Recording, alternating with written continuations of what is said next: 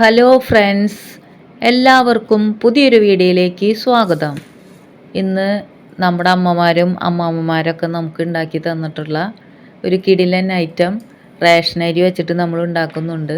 അപ്പോൾ അതെങ്ങനെയാണെന്ന് നമുക്ക് നോക്കാം. ഞാനിവിടെ റേഷൻ കടയിൽ നിന്ന് കിട്ടുന്ന മട്ടരി 1.5 കിലോ എടുത്തിട്ടുണ്ട്. അപ്പോൾ ഈ അരി നമുക്ക് കഴുകി വൃത്തിയാക്കി എടുക്കാം.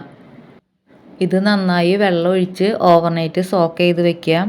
ഇപ്പോൾ പിറ്റേ ദിവസം ഇത് നന്നായി കുതിർന്ന് വന്നിട്ടുണ്ട്. ഇനി ഇതിലത്തെ വെള്ളം വാർന്ന് പോകാൻ പറ്റിയ ഒരു അരിപ്പ പാത്രത്തിലേക്ക് നമുക്ക് ഈ അരി ഇട്ട് കൊടുക്കാം. ഇനി ഇത് വെള്ളം വാർന്നതിന് ശേഷം നമുക്കിത് പൊടിച്ചെടുക്കണം. ഞാനിവിടെ മില്ലിൽ കൊടുത്ത് പൊടിച്ചെടുക്കുകയാണ് ചെയ്തത്. ഇനി നമുക്ക് ഒരു ഉരുളിയിലേക്ക് ഈ പൊടി ഇട്ട് കൊടുക്കാം. ഇനി നമുക്ക് വേണ്ടത് 3 തേങ്ങയാണ്.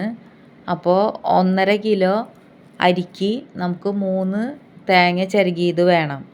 അപ്പോൾ നമ്മൾ ഈ തേങ്ങ മുഴുവനും ഈ പൊടിയിലേക്ക് ഇട്ട് കൊടുക്കുകയാണ്. ഇപ്പോൾ ഈ തേങ്ങയെല്ലാം ഞാൻ ഈ പൊടിയിലേക്ക് ഇട്ട് കൊടുത്തിട്ടുണ്ട്. ഇനി ചെയ്യേണ്ടത് ഈ തേങ്ങ ചിരകിയതും ഈ അരിപ്പൊടിയും നന്നായി മിക്സാക്കി എടുക്കാം. കുറേശ്ശെ ആയിട്ട് തേങ്ങ ഈ പൊടിയിലേക്ക് തിരുമ്മി പിടിപ്പിച്ചെടുക്കാം. കുറച്ച് വലിയ ഉരുളി എടുക്കുന്നതാണ് നല്ലത്. ഇപ്പം ഞാനിവിടെ എല്ലാം തിരുമ്മി പിടിപ്പിച്ചിട്ടുണ്ട്. ഇനി നമുക്ക് ഇതിലേക്ക് ചേർത്ത് കൊടുക്കേണ്ടത് ജീരകമാണ്. അപ്പോൾ നമുക്ക് ഇവിടെ 1 ടേബിൾ സ്പൂൺ ജീരകം ചേർത്ത് കൊടുക്കാം. ഇനി ഇത് നമുക്ക് നന്നായി ഒന്നും കൂടി ഒന്ന് മിക്സാക്കി എടുക്കണം. ഒന്ന് കൈകൊണ്ട് നന്നായി ഒന്ന് തിരുമ്മി കൊടുക്കുക. എല്ലാ പൊടിയിലും ഇത് ആവുന്ന രീതിയിൽ നന്നായി ഒന്ന് തിരുമ്മി കൊടുക്കാം. ഇപ്പം ഞാനിതെല്ലാം നന്നായി മിക്സാക്കി എടുത്തിട്ടുണ്ട്. ഇനി നമുക്കിത് അരമണിക്കൂർ ഇതൊന്ന് അടച്ച് വയ്ക്കാം. അരമണിക്കൂർ കഴിഞ്ഞതിന് ശേഷം നമുക്കിത് തുറന്ന് ഒന്ന് ഇളക്കി കൊടുക്കാം. ഈ പൊടി നന്നായി ഒന്ന് ഇളക്കി കൊടുക്കാം. ഇനി നമുക്കിത് സ്റ്റൗവ് ഓണാക്കി അടുപ്പിലേക്ക് വെച്ച് കൊടുക്കാം. എന്നിട്ട് പിന്നെ ഇത് നമ്മൾ നന്നായി ഇളക്കണം. ആദ്യം നമുക്ക് ഫ്ലെയിം കൂട്ടി വെച്ചിട്ട് നന്നായി ഇളക്കി കൊടുക്കാം. കുറച്ച് നേരം ഇത് ഇളക്കണം.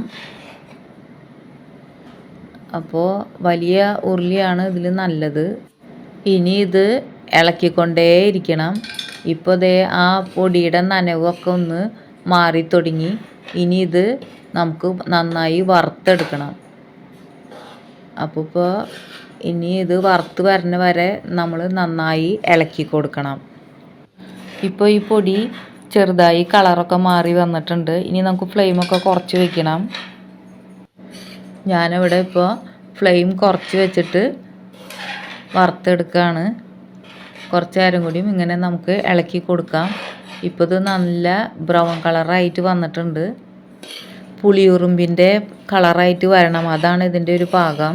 നന്നായി വറുത്തെടുത്തിട്ടുണ്ട്. ഇനി നമുക്ക് ഫ്ലെയിമൊക്കെ ഓഫ് ചെയ്തിട്ട് കുറച്ച് നേരം കൂടി ഒന്ന് ഇളക്കി കൊടുക്കാം. ഇപ്പോൾ ഇത് വറുത്ത് കിട്ടാൻ വേണ്ടിയിട്ട് എനിക്കിവിടെ 1.25 മണിക്കൂർ എടുത്തു. ഇപ്പോൾ ഇത് നന്നായി മൊരിഞ്ഞൊക്കെ വന്നിട്ടുണ്ട്. ഇനി നമുക്ക് സ്റ്റൗമേന്ന് ഇറക്കി മാറ്റി വയ്ക്കാം. ഇപ്പോൾ ഇത് ചൂടാറിയൊക്കെ വന്നിട്ടുണ്ട്. ഈ അവലോസ് പൊടി വെച്ചിട്ട് നമുക്ക് ഉണ്ട ഉണ്ടാക്കാൻ പറ്റും. പിന്നെ നമുക്ക് പഴം കൂട്ടി കുഴച്ച് തിന്നാൻ പറ്റും. അവലോസ് പൊടിയിലേക്ക് പാളയംകോടൻ പഴം ഇട്ടിട്ട് നന്നായി കുഴച്ച് കഴിച്ചിട്ടുണ്ടെങ്കിൽ നല്ല ടേസ്റ്റാണ്. അപ്പോൾ എല്ലാവരും ഒന്ന് ട്രൈ ചെയ്ത് നോക്കണേ. അപ്പോൾ വീഡിയോ ഇഷ്ടമായാൽ ലൈക്ക് ചെയ്യണേ, ഷെയർ ചെയ്യണേ, സബ്സ്ക്രൈബ് ചെയ്ത് സപ്പോർട്ട് ചെയ്യണേ. അപ്പോൾ അടുത്ത വീഡിയോയിൽ വീണ്ടും കാണാം. Thank you for watching.